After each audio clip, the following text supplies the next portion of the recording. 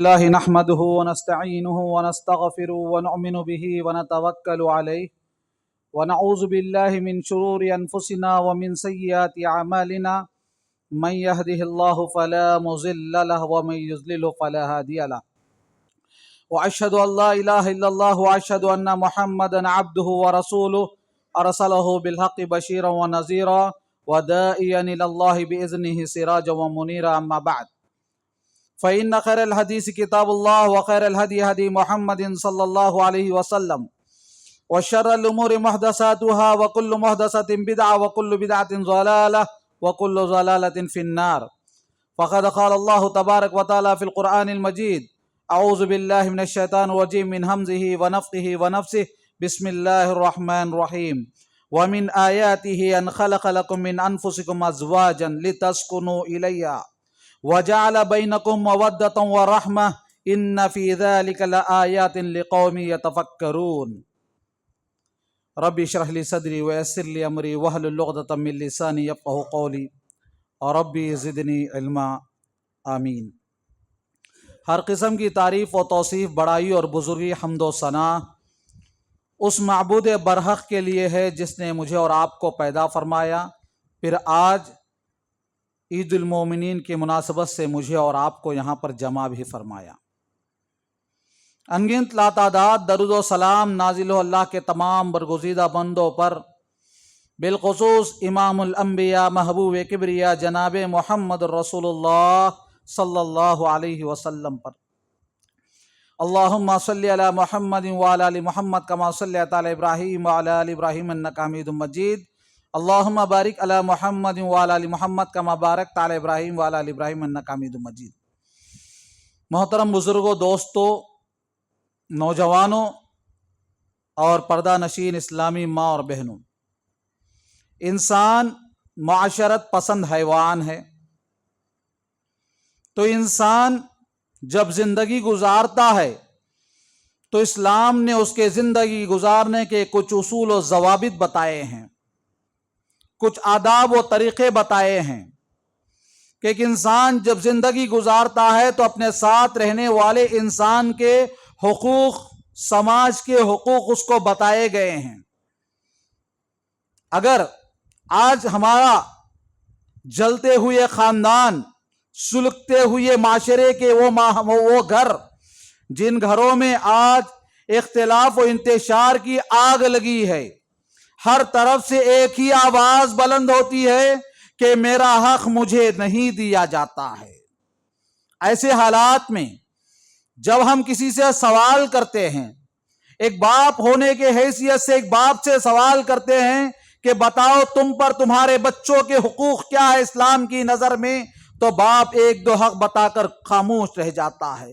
بچوں سے سوال کرتے ہیں کہ تمہارے باپ کے حقوق، والدین کے حقوق کیا ہے بتاؤ، تو بچے آج نابلد ہے اس علم سے، اس تعلیم سے، ان حقوق سے۔ اور اسی کے مقابل میں جب بیوی سے سوال کیا جائے کہ بتاؤ شوہر کے حقوق تم پر کیا ہے، تو ایک دو باتیں بتائے گی اور خاموش ہو جائے گی۔ اور شوہر سے سوال کیا جائے کہ بتاؤ اسلام نے تمہارے اوپر تمہارے بیوی کے جو حقوق بتائے ہیں اس کا تمہیں علم کہاں تک ہے، تو وہ بھی آج ایک دو باتیں بتائے گا اور خاموش ہو جائے گا۔ آج آواز ہر ایک ہی لگاتا ہے کہ میرا حق مجھے نہیں مل رہا ہے۔ پہلے سوال یہ ہے کہ آپ کو یہ حق جو آپ آواز لگا رہے ہیں نہیں مل رہا ہے، آپ یہ بتاؤ کہ آپ دوسرے کے حقوق ادا کرنے میں آپ اپنی ذمہ داری کہاں تک نبھاتے ہیں؟ یہ بہت بڑا سوال ہے آج کے معاشرے کا، آج میرے اور آپ کے خاندان کا، میرے اور آپ کے سماج کا ایک اہم سوال ہے کہ ہمیں آپس میں ہم ایک چاہتا ہے کہ میرا پورا حق مجھے مل جائے، لیکن میں کسی کا حق ادا کرنا نہیں چاہتا، کسی کے ساتھ انصاف کرنا نہیں چاہتا۔ میں یہ چاہتا ہوں کہ میرے ساتھ انصاف ہو، میں دوسروں کے ساتھ انصاف کروں کہ نہ کروں، لیکن میرے ساتھ انصاف ہو جائے۔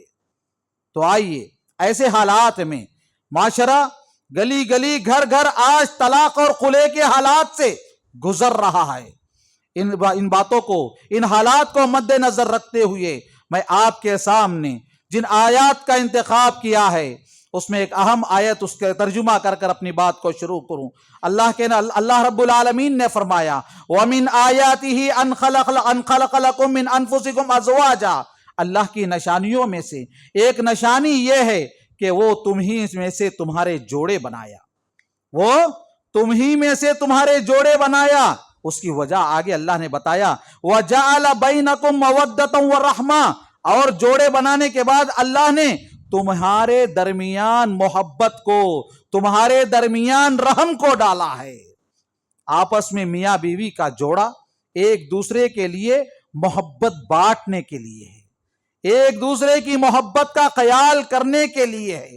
اور رحمہ کہ انسان کو غصہ آ جاتا ہے، شوہر کو غصہ آ جاتا ہے، بیوی کو غصہ آ جاتا ہے، تو رحم و کرم کا معاملہ کرنا ہے، آپس میں ایک دوسرے کے ساتھ رحم و کرم کا معاملہ کرنا ہے۔ ان فی ذلک لآیات لقوم یتفکرون، آگے اللہ نے فرمایا کہ نشانی ہے عقل مند کے لیے، غور و فکر کرنے والوں کے لیے، یہ اللہ کی ایک بہت بڑی نشانی ہے۔ تو آئیے میرے معزز حاضرین، زندگی، انسان کی زندگی ایک سفر ہے، انسان کی زندگی ایک سفر ہے، سفر میں امیر کا انتخاب کرنا لازم ہے، ہر سفر کا ایک امیر ہوتا ہے، لہذا انسانی زندگی کا سفر شوہر ہوتا ہے، میاں بیوی کے درمیان سفر کا امیر جو ہوتا ہے وہ شوہر ہوتا ہے۔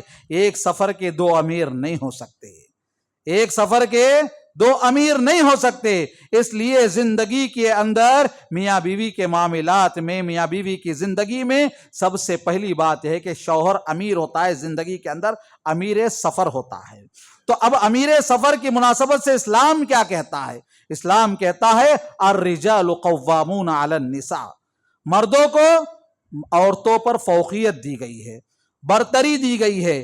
کس وجہ سے؟ کہ اللہ رب العالمین نے مرد میں کچھ ایسی کوالٹیز رکھا ہے کہ وہ اس کو مینٹینس کر سکے، وہ اس کو سنبھال سکے، وہ بردباری سے اس کو نبھا سکے۔ اور دوسری اہم بات جو اس میں بتائی گئی وہ یہ کہ عورتوں پر خرچ کرتا ہے، پورا فائنانس کا پورا معاملہ شوہر کا ہے، بیویوں کا نہیں ہے۔ یاد رکھے اس بات کو کہ لوگ بار بار کہتے جا تیرے بھائی کے پاس سے لا، جا تیرے ماں باپ کے پاس سے لا، جا تو کچ کر کے لا، نہیں، یاد رکھو انکم کا پورا ذمہ دار گھر کے سنبھالنے کا شوہر ہے، شوہر ہے، شوہر ہے۔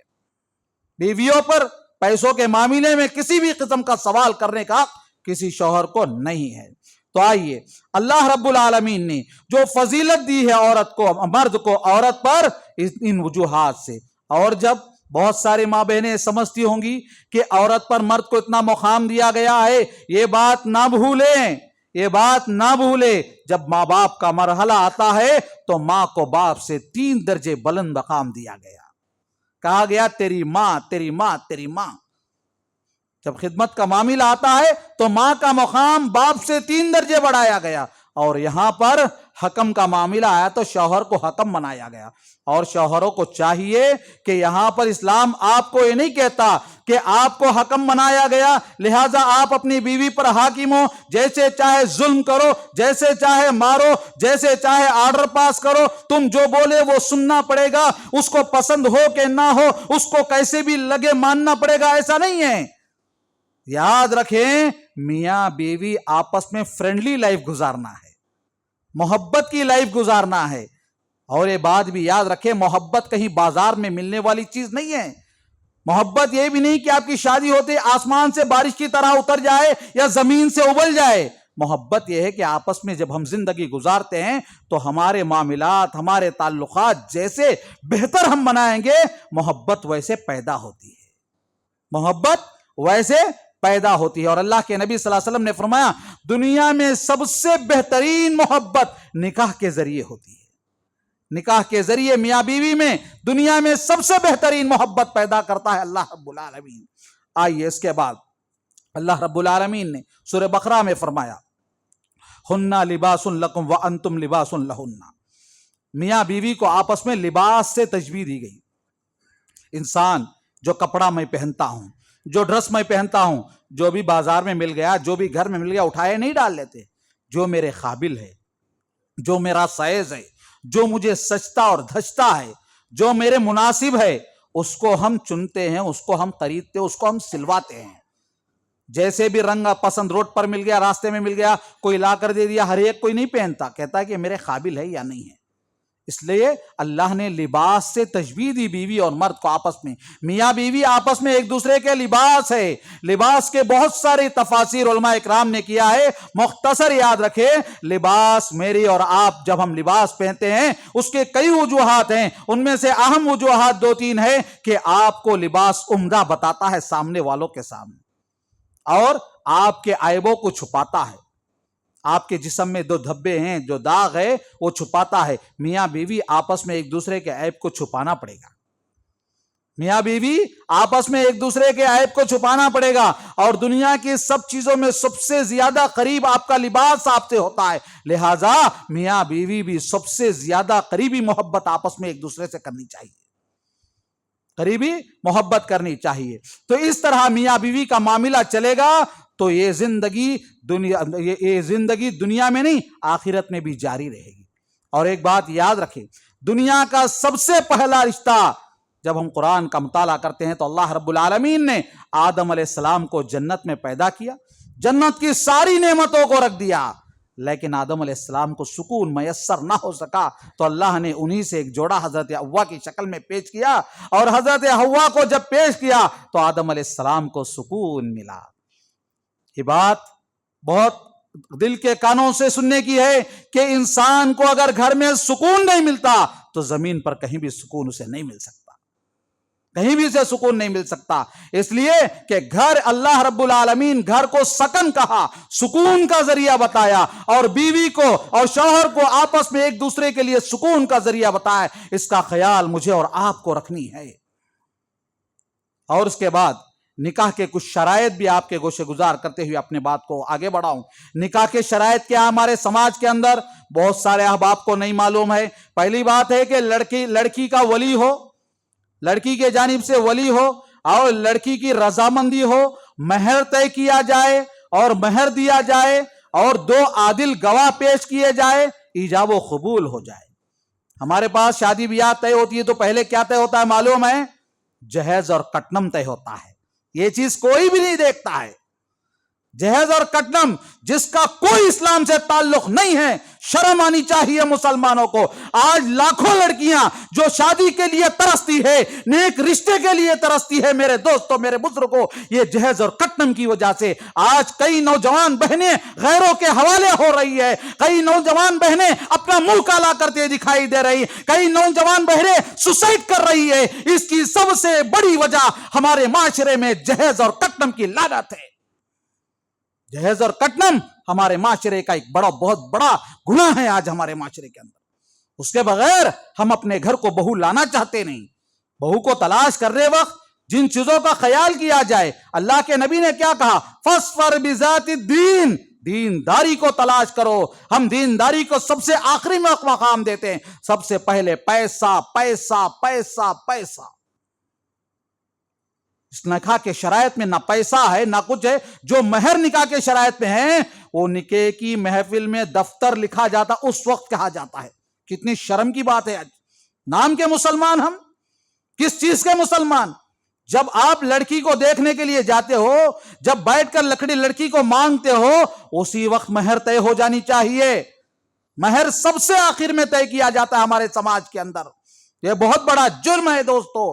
آئیے اس کے بعد خوشگوار زندگی بنانے کے کچھ اصول بھی آپ کے گوشے گزار کرتا چلوں. ازدواجی زندگی، میاں بیوی کی زندگی اگر خوش ہو جائے، ایک گھر، ایک میاں بیوی کا جوڑا اگر خوش ہو جائے، خاندان خوش رہتا ہے. اگر میاں بیوی میں اختلاف آ جائے، 2 خاندانوں میں اختلافات آ جاتے ہیں، 2 خاندان ٹوٹ جاتے ہیں. میاں بیوی اگر مستحکم ہو جائیں، یہ جڑ ہے خاندان کی. یہ جڑ اگر صحیح ہے تو درخت صحیح ہے، پھل صحیح ہے، پتے صحیح ہے، سب کچھ صحیح ہوگا. اگر میاں بیوی کا معاملہ فرق ہو جاتا ہے، ان دونوں کے اندر اختلاف آتا ہے، خاندان میں دراڑ پیدا ہو جاتا ہے، دشمنی آ جاتی ہے. حالانکہ سگے رشتہ داروں میں شادی بیاہ ہوتی ہے، بھان اپنے بھائی کے بچے کو یا بھائی اپنی بہن کے بچی کو کر لے کر جاتا ہے. صرف اس میاں بیوی کے اختلاف کی وجہ سے سالوں سال ساتھ بنے مل کر رہنے والے بھائی بہن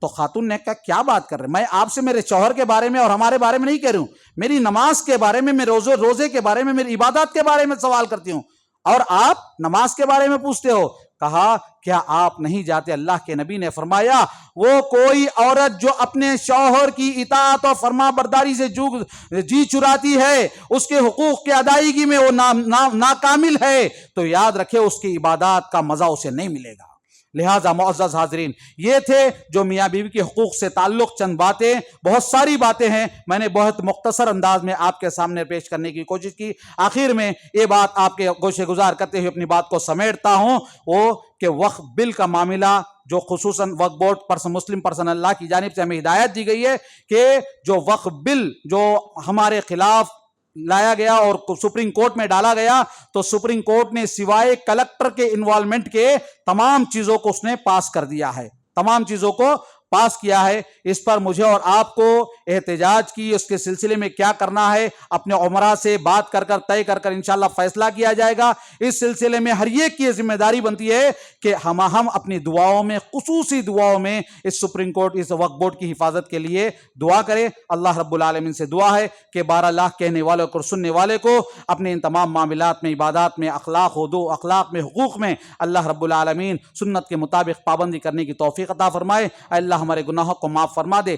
ہماری خطاؤں کو بخش دے۔ اے اللہ ہمارے زندگیوں میں خوشحالی عطا فرما، ہم میں جو بھی پریشان ہیں اللہ سب کی پریشانیوں کو دور فرما۔ اے اللہ ہم میں سے جو بھی اللہ قرض دار ہیں سب کے قرض ادا کرنے کے راستے فراہم فرما دے۔ اے اللہ ہم میں سے ہمارے رشتہ داروں میں، بھائی میں، ماں باپ میں کوئی بھی بیمار ہے، اے اللہ سب کو صحت اور تندرستی سے مالا مال فرما دے۔ اچانک آنے والی بیماریوں سے، مصیبتوں سے، بلاؤں سے اللہ ہم سب کی تو حفاظت فرما لے۔ اے اللہ جو آنے نئے دن، اے اللہ کوئی نہ کوئی وبا اور بلا کے سلسلے میں اعلانات ہوتے ہیں، ہر ایک سے اللہ ہم سب کی تو حفاظت فرما لے۔ بالخصوص اے اللہ فلسطینی مسلمانوں کی تو مدد فرما لے۔ اے اللہ ان کے جان کی، ایمان کی، عزت و آبرو کی، گھروں کی تو حفاظت فرما لے۔ اے اللہ ہمارے ملک ہندوستان میں ہمیشہ امن و شانتی کا ماحول پیدا فرما، ہمارے مسجدوں کی، مدرسوں کی، علماء کی، حفاظ کی تو حفاظت فرما لے۔ آمین یا رب العالمین۔ اقول قولی ھذا استغفر اللہ لی ولکم ولسائر المسلمین انہ تعالی جواد کریم رؤوف رحیم ورب حلیم۔